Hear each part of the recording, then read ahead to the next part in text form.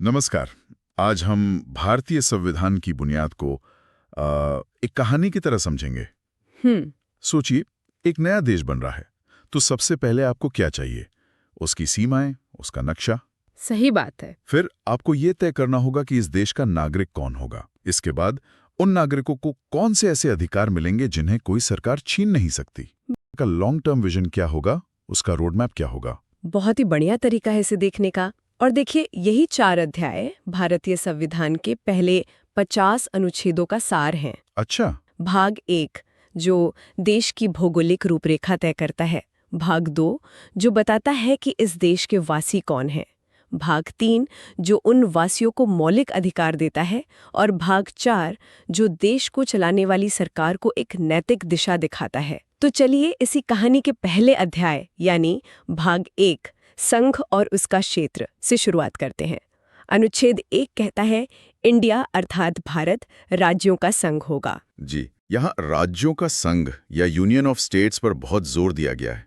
इसका क्या खास मतलब है? इसका बहुत गहरा मतलब है। देखिए, संविधान निर्माताओं ने जानबूझकर राज्यों का संघ शब्द का इस्तेमाल किया, ना कि राज्यों का महासंघ या फेडरेशन ऑफ स्टेट्स का। जैसे अमेरिका में है। हाँ बिल्कुल। इसके 2 मुख्य कारण हैं। पहला, भारत किसी समझौते का नतीजा नहीं है, जैसे अमेरिकी राज्य एक साथ आए थे। और दूसरा और सबसे जरूरी, किसी भी राज्य को भारत से अलग होने का अधिकार नहीं है। मतलब ये संघ अटूट है। अटूट है। देश एक है और बस प्रशासनिक सुविधा के लिए अलग-अलग राज्यों में बटा हुआ है। ये तो हुई देश की एकता की बात, लेकिन अनुच्छेद 2 और 3 संसद को कुछ असाधारण शक्तियां देते हैं जो देश के नक्शे को बदलने से जुड़ी हैं। ये क्या है? हाँ, अनुच्छेद 2 संसद को भारत में नए राज्यों को शामिल करने की शक्ति देता है, जैसे भविष्य में कोई क्षेत्र भारत का हिस्सा बनना चाहे। लेकिन अनुच्छेद 3 वो इससे भी ज्यादा शक्तिशाली है। अच्छा। ये संसद को अधिकार देता है कि वो किसी मौजूदा राज्य का क्षेत्र घटा या बढ़ा सकती है, उसकी सीमाएं बदल सकती है, या यहाँ तक कि उसका नाम भी बदल सकती है। जी हाँ, उसका नाम भी बदल सकती है। ये एक बहुत बड़ी शक्ति है। और इसी से जुड़ा है अनुच्छेद 4 जो प्रक्रिया के बारे में कुछ कहता है। अक्सर इसकी बात कम होती है, लेकिन ये बहुत महत्वपूर्ण है ना। बिल्कुल। अनुच्छेद 4 ही इस पूरी प्रक्रिया को व्यावहारिक बनाता है। ये कहता है कि अनुच्छेद 2 और 3 के तहत किया गया कोई भी बदलाव, यानी किसी नए राज्य का गठन या सीमाओं में परिवर्तन, संविधान संशोधन नहीं माना जाएगा। अच्छा, तो इसका असली मतलब क्या हुआ? इसका असली मतलब समझिए। देश का नक्शा बदलने के लिए, जैसे तेलंगाना को आंध्र प्रदेश से अलग करने जैसा बड़ा फैसला लेने के लिए, संसद को संविधान संशोधन वाले मुश्किल 2/3 बहुमत की जरूरत नहीं है। तो फिर एक साधारण बहुमत काफी है। ये हमारे संविधान निर्माताओं की दूरदर्शिता को दिखाता है। उन्होंने देश को एकजुट रखने के लिए केंद्र को एक बहुत शक्तिशाली और लचीला टूल दिया। तो देश की सीमाएं तय हो गईं और उसे बदलने की प्रक्रिया भी। और इस एकता का आधार सिर्फ जमीन का टुकड़ा नहीं, बल्कि इस पर रहने वाले लोग हैं। यहीं से सवाल उठता है कि इस संघ का नागरिक कौन है। और ये हमें सीधे संविधान की कहानी के दूसरे अध्याय यानी भाग 2 तक ले आता है। सही कहा। भाग 2 जो अनुच्छेद 5 से 11 तक है, इसी सवाल का जवाब देता है, लेकिन एक सीमित संदर्भ में। सीमित संदर्भ है मतलब ये मुख्य रूप से यह तय करता है कि 26 जनवरी 1950 को जब संविधान लागू हुआ, तब भारत का नागरिक कौन था। ये एक तरह की कट ऑफ डेट थी। अनुच्छेद 5 से 8 तक के प्रावधान उन लोगों के बारे में है जो भारत में रहते थे या जो बंटवारे के समय पाकिस्तान से भारत आए थे। तो इसका मतलब संविधान ने सिर्फ ये बताया कि शुरुआत में नागरिक कौन थे, लेकिन भविष्य के बारे में क्या? आज कोई कैसे भारत का नागरिक बनता है, इसका फैसला कौन करता है? और यही इस भाग का सबसे दूरगामी प्रावधान है, अनुच्छेद 11। अनुच्छेद 11। जी, संविधान निर्माताओं ने भविष्य के लिए नागरिकता के नियम बनाने का काम संसद पर छोड़ दिया। अनुच्छेद 11 संसद को नागरिकता से जुड़े किसी भी मामले पर कानून बनाने का पूरा अधिकार देता है। उन्होंने सिर्फ शुरुआती ढांचा दिया और भविष्य की बागडोर चुनी हुई सरकार के हाथ में दे दी। ओके। इसी शक्ति का इस्तेमाल करके संसद ने 1955 में नागरिकता अधिनियम यानी सिटीजनशिप एक्ट बनाया, जिसमें समय समय पर बदलाव होते रहे हैं। तो हमारे पास देश का नक्शा है और ये भी तय हो गया कि नागरिक कौन है। अब कहानी के सबसे महत्वपूर्ण हिस्से पर आते हैं। इन नागरिकों को क्या गारंटियां मिली हैं? कौन से ऐसे अधिकार हैं जो सरकार भी उनसे नहीं छीन सकती? ये हमें भाग 3 मूल अधिकार पर ले आता है। हाँ, अनुच्छेद 12 से 35 तक ये संविधान का वो हिस्सा है जो राज्य की शक्ति पर लगाम लगाता है और व्यक्ति को केंद्र में रखता है। और इसकी शुरुआत ही अनुच्छेद 12 और 13 से होती है। जी, जो इन अधिकारों की नींव हैं। अनुच्छेद 12 राज्य की परिभाषा बताता है, यानी ये अधिकार किसके खिलाफ मिले हैं। इसमें सिर्फ केंद्र या राज्य सरकारें ही नहीं, बल्कि सरकारी संस्थाएं, नगरपालिकाएं, पंचायतें सब कुछ शामिल हैं। और अनुच्छेद 13, उसे तो न्यायिक समीक्षा या जुडिशियल रिव्यू का आधार माना जाता है। बिल्कुल, अनुच्छेद 13 एक तरह से इन अधिकारों का सुरक्षा कवच है।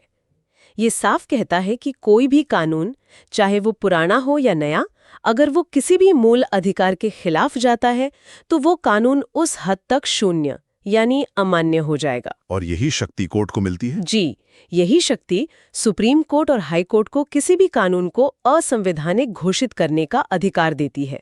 चलिए अब अधिकारों पर आते हैं। पहला समूह है समानता का अधिकार, अनुच्छेद 14 से 18। अनुच्छेद 14 में 2 बातें कही गई हैं, कानून के समक्ष समानता और कानूनों का समान संरक्षण। ये सुनने में एक जैसे लगते हैं, लेकिन क्या इनमें कोई गहरा अंतर है? ये बहुत अच्छा सवाल है। कानून के समक्ष समानता एक ब्रिटिश अवधारणा है। इसका मतलब है कि कोई भी व्यक्ति कानून से ऊपर नहीं है, चाहे वो प्रधानमंत्री हो या आम नागरिक। ये एक नकारात्मक अवधारणा है जो किसी भी विशेषाधिकार से मना करती है। और दूसरा, वहीं कानूनों का समान संरक्षण एक अमेरिकी अवधारणा है। ये एक सकारात्मक अवधारणा है। ये कहती है कि समान परिस्थितियों में लोगों के साथ समान व्यवहार किया जाना चाहिए।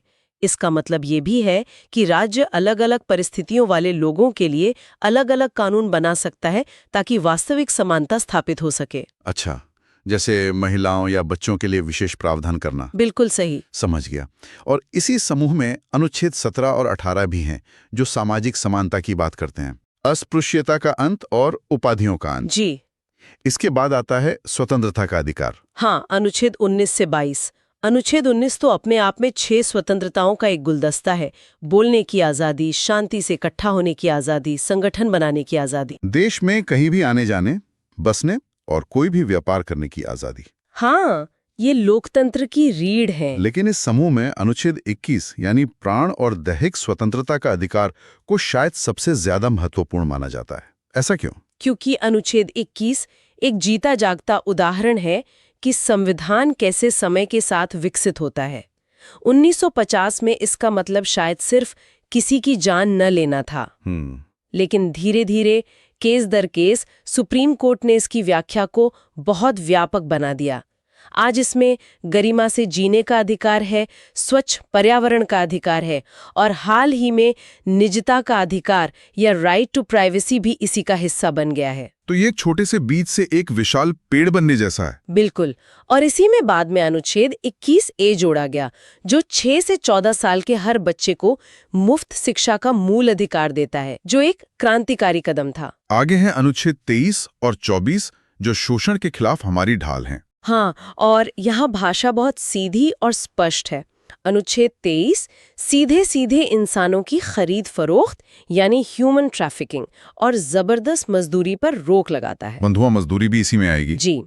और अनुच्छेद 24 14 साल से कम उम्र के बच्चों को किसी भी फैक्ट्री या खदान जैसे जोखिम भरे काम में लगाने से रोकता है। इनके बाद धर्म की स्वतंत्रता और सांस्कृतिक व शैक्षिक अधिकार आते हैं। लेकिन एक मिनट, इस पूरे भाग के अंत में एक ऐसा अनुच्छेद है जिसे डॉक्टर अंबेडकर ने संविधान की आत्मा और हृदय कहा था, अनुच्छेद 32। जी हाँ, ये बहुत बड़ी बात है। बाकी सारे अधिकार अपनी जगह हैं, लेकिन सिर्फ इसी एक अनुच्छेद को इतनी बड़ी उपाधि क्यों दी गई? क्योंकि अनुच्छेद 32 के बिना बाकी सारे अधिकार सिर्फ कागज पर लिखे अच्छे शब्द रह जाते। अच्छा, ये अनुच्छेद ही उन्हें असली शक्ति देता है। अनुच्छेद 32 यानी संवैधानिक उपचारों का अधिकार हर नागरिक को यह अधिकार देता है कि अगर उसके किसी भी मूल अधिकार का हनन होता है तो वो सीधे सुप्रीम कोर्ट जा सकता है। सीधे सुप्रीम कोर्ट? हाँ, सीधे। और सुप्रीम कोर्ट उन अधिकारों को लागू करवाने के लिए रिट्स जारी कर सकता है। ये एक गारंटी है कि आपके अधिकार सिर्फ वादे नहीं हैं, उन्हें लागू करवाया जा सकता है।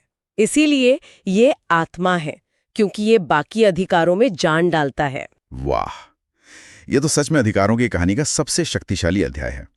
तो अगर भाग 3 नागरिकों के लिए अधिकारों की सूची है, भाग 4 के बारे में क्या कहेंगे? क्या ये सरकार के लिए एक होमवर्क या टू डू लिस्ट जैसा है? टू डू लिस्ट या नैतिक दिशा सूचक कहना बिल्कुल सही होगा। भाग 4 यानी राज्य के नीति निर्देशक तत्व अनुच्छेद 36 से 51 तक है। ये वो सिद्धांत हैं जो बताते हैं कि देश को किस दिशा में जाना चाहिए। ये एक लोक कल्याणकारी राज्य का सपना दिखाते हैं। लेकिन यहीं पे एक बड़ा सवाल उठता है। अनुच्छेद 37 साफ कहता है कि ये सिद्धांत कोर्ट द्वारा लागू नहीं करवाए जा सकते। तो अगर ये लीगली बाइंडिंग नहीं है, तो फिर इनका क्या मतलब है? क्या ये सिर्फ सुझाव हैं? ये एक बहुत ही जायज सवाल है। नहीं, ये सिर्फ सुझाव नहीं है। अनुच्छेद 37 ही कहता है कि भले ही ये न्यायालय में लागू न हो, लेकिन ये देश के शासन में मूलभूत हैं। मूलभूत इसका मतलब है कि कानून बनाते समय हर सरकार का ये नैतिक कर्तव्य है कि वो इन सिद्धांतों को ध्यान में रखें। ये एक तरह से सरकार के रिपोर्ट कार्ड का पैमाना है। अच्छा, मतलब चुनाव के समय जनता देख सकती है कि सरकार ने इन लक्ष्यों पर कितना काम किया। सही पकड़ा, ये हमारे राष्ट्र के दीर्घकालिक लक्ष्य हैं। तो इसमें किस तरह के लक्ष्य शामिल हैं? कुछ उदाहरण दे सकती है? जरूर। इसमें सामाजिक और आर्थिक न्याय पर बहुत जोर है। जैसे अनुच्छेद 40 ग्राम पंचायतों के गठन की बात करता है। अनुच्छेद 39A ये सुनिश्चित करने को कहता है कि किसी को गरीबी के कारण न्याय से वंचित न रहना पड़े। और समान नागरिक संहिता? हाँ, अनुच्छेद 44 एक समान नागरिक संहिता की बात करता है। फिर अनुच्छेद 47 है जो कहता है कि सरकार की ये बेसिक ड्यूटी है कि वो लोगों के पोषण और सार्वजनिक स्वास्थ्य पे ध्यान दे। ये तो सामाजिक आर्थिक लक्ष्य हुए। क्या इनके अलावा भी कुछ महत्वपूर्ण सिद्धांत हैं? हाँ, कई हैं। अनुच्छेद 48A पर्यावरण की रक्षा की बात करता है। अनुच्छेद 49 राष्ट्रीय महत्व के स्मारकों को बचाने का निर्देश देता है। और एक बहुत ही महत्वपूर्ण सिद्धांत अनुच्छेद 50 में है, कार्यपालिका से न्यायपालिका का पृथक्करण, जो लोकतंत्र का एक आधार स्तंभ है। जी, जो सुनिश्चित करता है कि न्यायपालिका बिना किसी सरकारी दबाव के स्वतंत्र रूप से काम कर सके। तो संविधान के पहले 50 अनुच्छेदों की ये यात्रा वाकई एक राष्ट्र के निर्माण की कहानी कहती है। एक अखंड राष्ट्र का नक्शा, उसके नागरिकों की परिभाषा, उन नागरिकों के लिए अटूट अधिकार और देश को चलाने के लिए एक नैतिक रोड मैप। एक अंतिम विचार के तौर पर ये कहना चाहूंगी कि ये अनुच्छेद केवल कानूनी भाषा नहीं है, बल्कि ये एक सामाजिक क्रांति का दस्तावेज है। ये व्यक्तिगत स्वतंत्रता जो भाग 3 में है और सामूहिक कल्याण जो भाग 4 का लक्ष्य है, के बीच एक अद्भुत संतुलन बनाने की कोशिश करते हैं। एक तरफ व्यक्ति के अधिकार, तो दूसरी तरफ समाज के बड़े लक्ष्य। बिल्कुल। भारतीय संविधान की खूबसूरती इसी संतुलन में है। और इसी संतुलन पर हम श्रोताओं के लिए एक विचारणीय प्रश्न छोड़ते हैं, ये देखते हुए कि राज्य की नीति निर्देशक तत्व यानी भाग 4 न्यायालय द्वारा लागू नहीं किए जा सकते, एक नागरिक के मौलिक अधिकारों यानी भाग 3 को लागू करने वाली न्यायपालिका और निर्देशक तत्वों को हासिल करने का प्रयास करने वाली विधायिका के बीच शक्ति का यह संतुलन राष्ट्र की प्रगति को किस प्रकार आकार देता है।